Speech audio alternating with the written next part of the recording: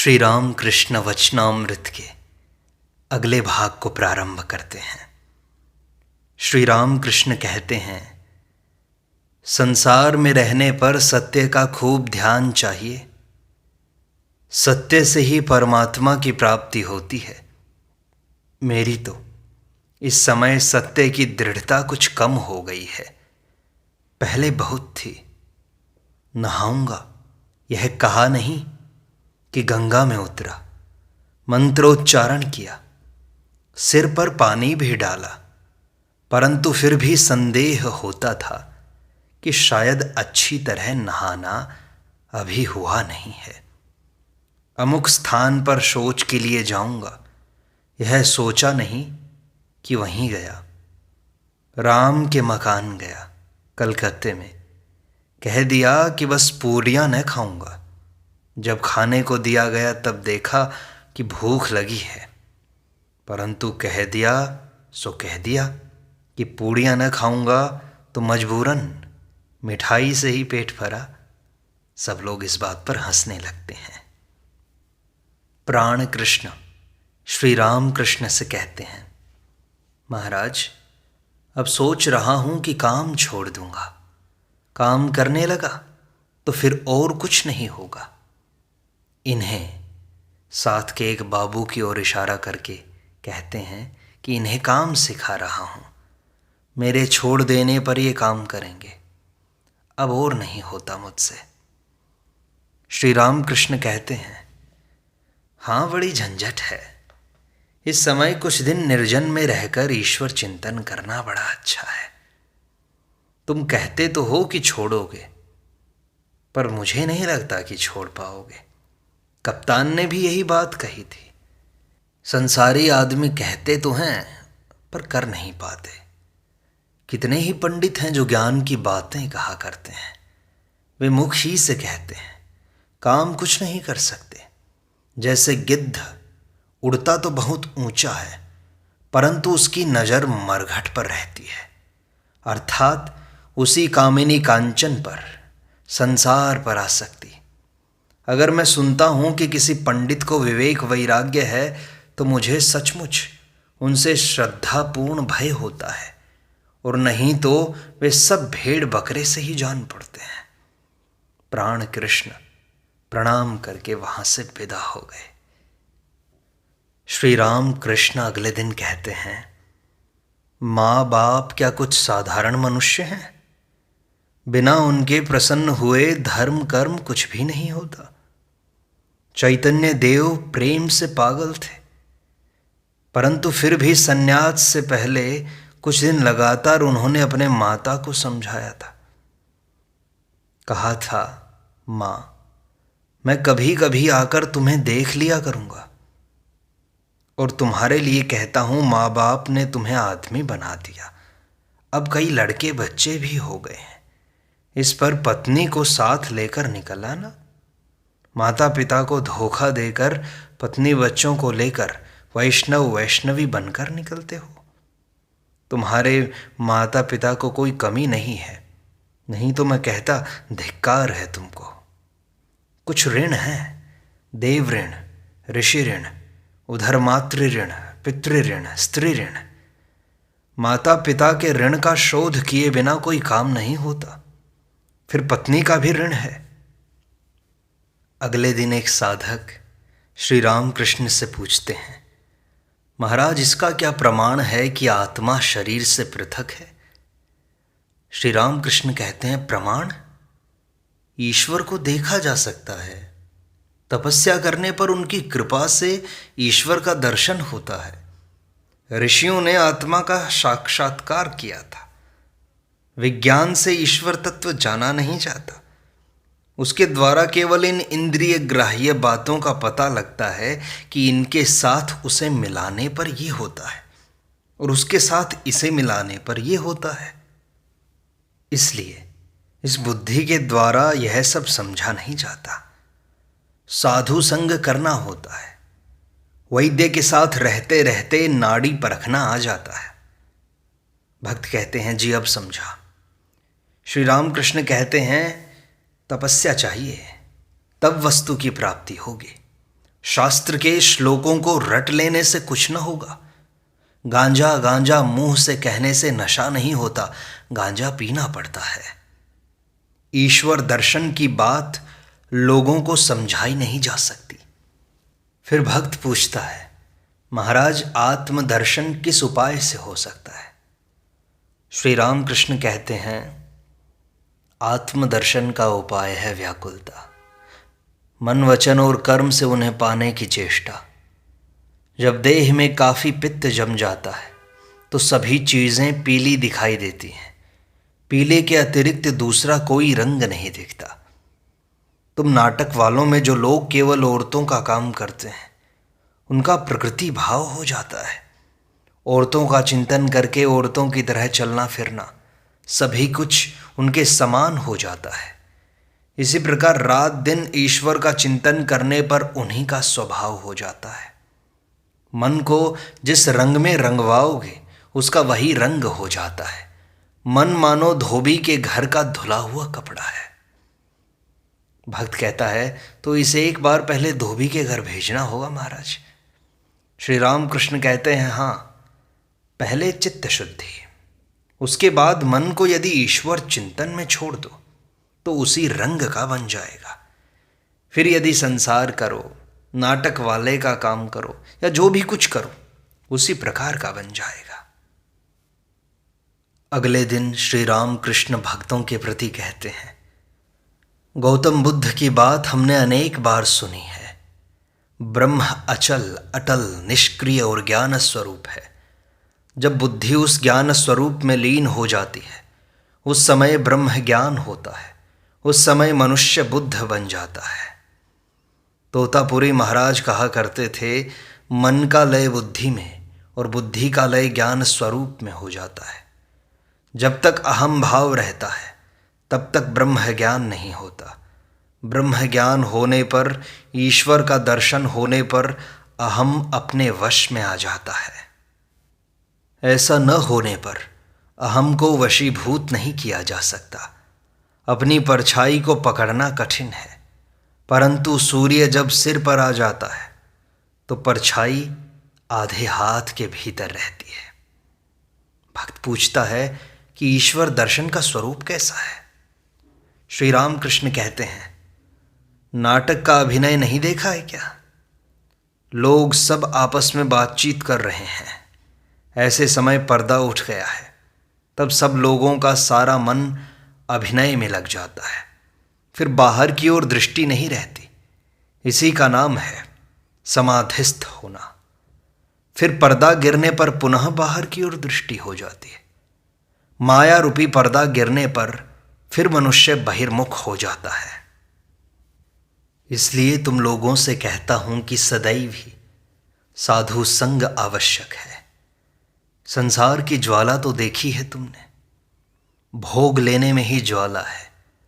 चील के मुख में जब तक मछली थी तब तक झुंड के झुंड कौवे आकर के उसे तंग कर रहे थे। उसने छोड़ दी तो तंग नहीं करते। साधु संगति में शांति होती है।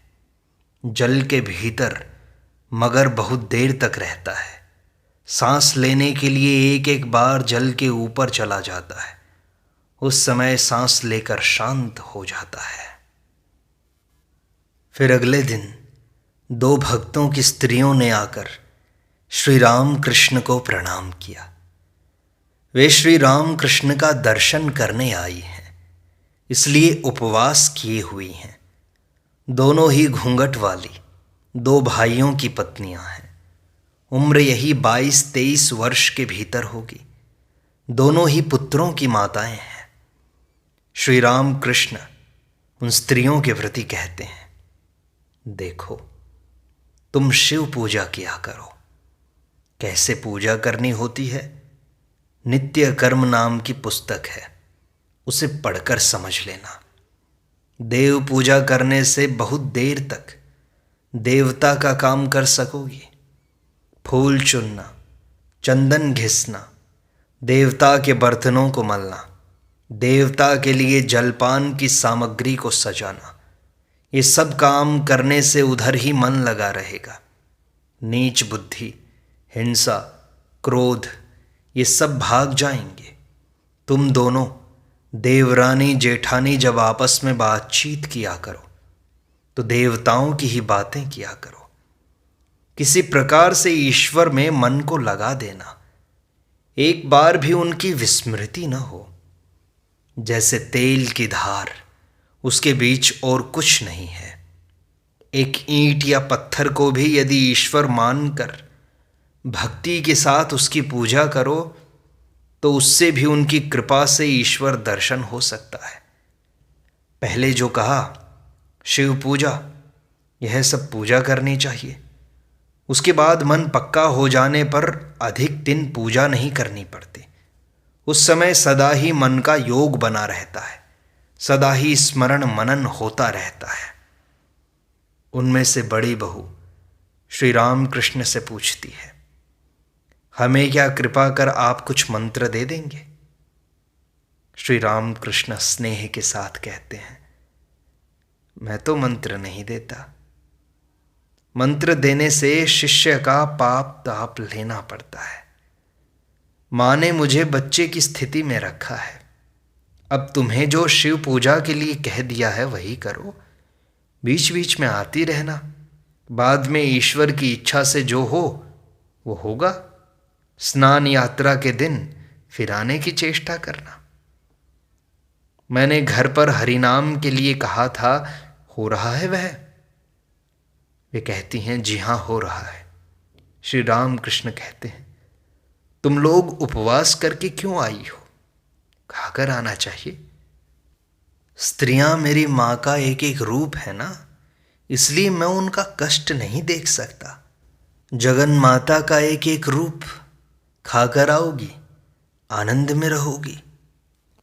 फिर अगले दिन श्री राम कृष्ण शिव मंदिर की सीढ़ी पर बैठे हैं। दिन के 5 बजे का समय होगा। पास ही अधर, डॉक्टर, मास्टर इत्यादि 1-2 भक्त बैठे हैं। श्री राम कृष्ण कहते हैं, देखो मेरा स्वभाव बदलता जा रहा है। अब कुछ गुह्य बातें कहने के उद्देश्य से एक सीढ़ी नीचे उतरकर भक्तों के पास जा बैठे। वे कहते हैं, तुम लोग भक्त हो, तुमसे कहने में हानि नहीं। आजकल मुझे ईश्वर के चिन्मय रूप का दर्शन नहीं होता। साकार नर रूप में उनका दर्शन करता हूँ। ईश्वर के रूप का दर्शन, स्पर्श तथा आलिंगन करना मेरा स्वभाव है। अब ईश्वर मुझसे कह रहे हैं, तुमने देह धारण की है, साकार नर रूपों के साथ आनंद करो। वे तो सभी भूतों में विद्यमान हैं, परंतु मनुष्य में कुछ अधिक प्रकट हैं। मनुष्य का कम है जी, ईश्वर का चिंतन कर सकता है, अनंत का चिंतन कर सकता है। दूसरा कोई प्राणी ऐसा नहीं कर सकता। दूसरे प्राणियों में, वृक्ष लताओं में तथा सर्वभूतों में वे हैं, परंतु मनुष्य में उनका अधिक प्रकाश है। अग्नि तत्व सर्वभूतों में है, सब चीजों में है, परंतु लकड़ी में अधिक प्रकट है। राम ने लक्ष्मण से कहा था, भाई देखो हाथी इतना बड़ा जानवर है, परंतु ईश्वर का चिंतन नहीं कर सकता। फिर वह अवतार में अधिक प्रकट है। राम ने लक्ष्मण से कहा था, भाई जिस मनुष्य में रागा भक्ति देखो, भाव में हंसता है, रोता है, नाचता है, जहां देखो वहीं पर मैं हूं। फिर एक भक्त पूछते हैं, महाराज संसार में इतने दुख क्यों हैं? श्री राम कृष्ण कहते हैं, यह संसार उनकी लीला है, खेल की तरह। इस लीला में सुख दुख, पाप पुण्य, ज्ञान अज्ञान, भला बुरा सब कुछ है। दुख पाप ये सब न रहने से लीला नहीं चलती। लुका छुपी खेल में एक खूंटी छूना पड़ता है। खेल के प्रारंभ में ही ढाई छूने पर वह संतुष्ट नहीं होती। ईश्वर ढाई की इच्छा है कि खेल कुछ देर तक चलता रहे। उसके बाद लाखों पतंगों में से 2-1 कटते हैं। माँ, जब तुम हंसती हुई हथेली बजाती हो, अर्थात ईश्वर का दर्शन करके एक दो व्यक्ति मुक्त हो जाते हैं, बहुत तपस्या के बाद, उनकी कृपा से।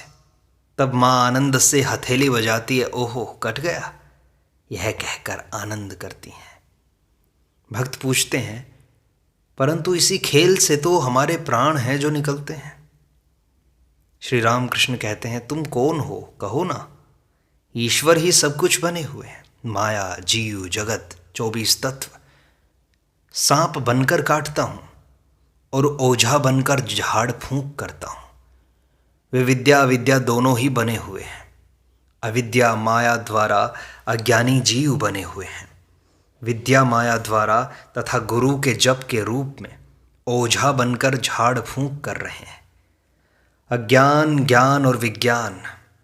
ज्ञानी देखते हैं, वे ही करता है, सृष्टि, स्थिति तथा संहार कर रहे हैं। विज्ञानी देखता है कि वे ही सब कुछ बने हुए हैं। महाभाव प्रेम होने पर देखता है, उनके अतिरिक्त और कुछ भी नहीं है। भाव के सामने भक्ति फीकी है, भाव पकने पर महाभाव प्रेम होता है। फिर एक भक्त ने श्री राम कृष्ण से पूछा कि जिन्होंने ईश्वर को प्राप्त नहीं किया, उनके लिए क्या उपाय है? क्या वे विषय कर्म छोड़ दें? श्री राम कृष्ण कहते हैं, कलिकाल के लिए भक्ति योग है, नारदीय भक्ति। ईश्वर का नाम, गुणगान और व्याकुल होकर प्रार्थना करना, हे ईश्वर मुझे ज्ञान दो, भक्ति दो, मुझे दर्शन दो। कर्मयोग बड़ा कठिन है, इसीलिए प्रार्थना करनी चाहिए, हे ईश्वर मेरे कर्म घटा दो और जितने कर्म तुमने रखे हैं उन्हें तुम्हारी कृपा से अनासक्त होकर कर सकूं और अधिक कर्म लपेटने की मेरी इच्छा न हो। कर्म कोई छोड़ नहीं सकता। मैं सोच रहा हूं, मैं ध्यान कर रहा हूं, ये भी कर्म है। भक्ति पा लेने पर विषय कर्म अपने आप ही घट जाते हैं, तब वे अच्छे नहीं लगते। मिश्री का शरबत मिल जाए तो फिर सीरा कौन पीता है। एक भक्त कहता है, विलायत के आदमी कर्म करो ऐसा कहा करते हैं, तो क्या कर्म जीवन का उद्देश्य नहीं है? श्री राम कृष्ण कहते हैं, जीवन का उद्देश्य है ईश्वर लाभ। कर्म तो आदि कांड है, वह जीवन का उद्देश्य नहीं हो सकता। निष्काम कर्म एक उपाय हो सकता है, पर वह भी उद्देश्य नहीं है। शंभू कहता था, अब ऐसा आशीर्वाद दीजिए कि जो रुपए हैं उनका सदव्यय कर सकूं। अस्पताल, दवाखाना, रास्ता घाट, कुआं, इनके तैयार करने में लग जाएं। मैंने कहा, यह सब काम अनासक्त होकर कर सको तो अच्छा है, परंतु है बड़ा कठिन। और चाहे जो हो, कम से कम इतना याद रहे कि तुम्हारे मनुष्य जीवन का उद्देश्य है ईश्वर लाभ, अस्पताल या दवाखाना बनाना नहीं। सोचो कि ईश्वर तुम्हारे सामने आए, आकर तुमसे कहा कोई वर मांगो, तो क्या तुम उनसे कहोगे मेरे लिए कुछ अस्पताल और दवाखाने बनवा दो? या कहोगे, हे भगवान तुम्हारे पाद पद्मों में मेरी शुद्धा भक्ति हो, मैं तुम्हें सब समय देख सकूं। अस्पताल, दवाखाना ये सब अनित्य वस्तुएं हैं, एकमात्र ईश्वर वस्तु है, बाकी सब वस्तु है। उन्हें प्राप्त कर लेने पर जान पड़ता है करता वे ही हैं, हम लोग तो अकर्ता हैं। तो फिर उन्हें छोड़कर इतने काम इकट्ठे कर हम अपनी जान दें? उन्हें पा लेने पर उनकी इच्छा से कितने ही अस्पताल और दवाखाने बन जाएंगे। इसलिए कहता हूं, कर्म आदि कांड है, कर्म जीवन का उद्देश्य नहीं। साधना करके और भी आगे बढ़ जाओ। साधना करते हुए जब और आगे बढ़ जाओगे, तब अंत में समझोगे ईश्वर ही एकमात्र वस्तु है और सब वस्तु ईश्वर लाभ ही जीवन का उद्देश्य है। एक लकड़हारा जंगल में लकड़ी काटने गया था। एकाएक किसी ब्रह्मचारी से उसकी भेंट हो गई। ब्रह्मचारी ने कहा, सुनो जी, बढ़ते जाओ। लकड़हारा घर लौटकर सोचने लगा, ब्रह्मचारी ने आगे बढ़ने के लिए क्यों कहा? इसी तरह कुछ दिन बीत गए। एक दिन वह बैठा हुआ था, एकाएक ब्रह्मचारी की बात याद आ गई। तब उसने मन ही मन कहा, मैं आज और भी आगे बढ़ जाऊंगा। वन में और भी आगे चलकर उसने देखा, चंदन के हजारों पेड़ थे। तब मारे आनंद के लोटपोट हो गया। चंदन की लकड़ी उस दिन घर ले आया, बाजार में बेचकर खूब धनी हो गया। और भी बढ़ने पर ईश्वर की प्राप्ति होगी, उनके दर्शन होंगे, क्रमशः उनके साथ मुलाकात और बातचीत होगी। श्री रामकृष्ण कहते हैं, सुना है तुम्हारे साथ वेदी के संबंध में कोई झगड़ा हुआ है। जिन लोगों ने झगड़ा किया है वे सब तो ऐसे ही हैं मानो कीड़े मकोड़े। ऐसा सुनकर सभी भक्त हंस पड़ते हैं। फिर रामकृष्ण थोड़ा गंभीर होकर कहते हैं कि इस जीवन का उद्देश्य ईश्वर की प्राप्ति है, उनके साथ एक होना है, उनकी भक्ति प्राप्त करना है। यदि तुम जीवन में सफल होना चाहते हो तो ईश्वर प्राप्ति के लिए अभी से लग जाओ। तुम्हें नित्य निरंतर ईश्वर का स्मरण करना होगा, उनका ध्यान और चिंतन करना होगा, तभी क्रमशः उनके दर्शन होंगे, साक्षात वे तुम्हें दर्शन देंगे।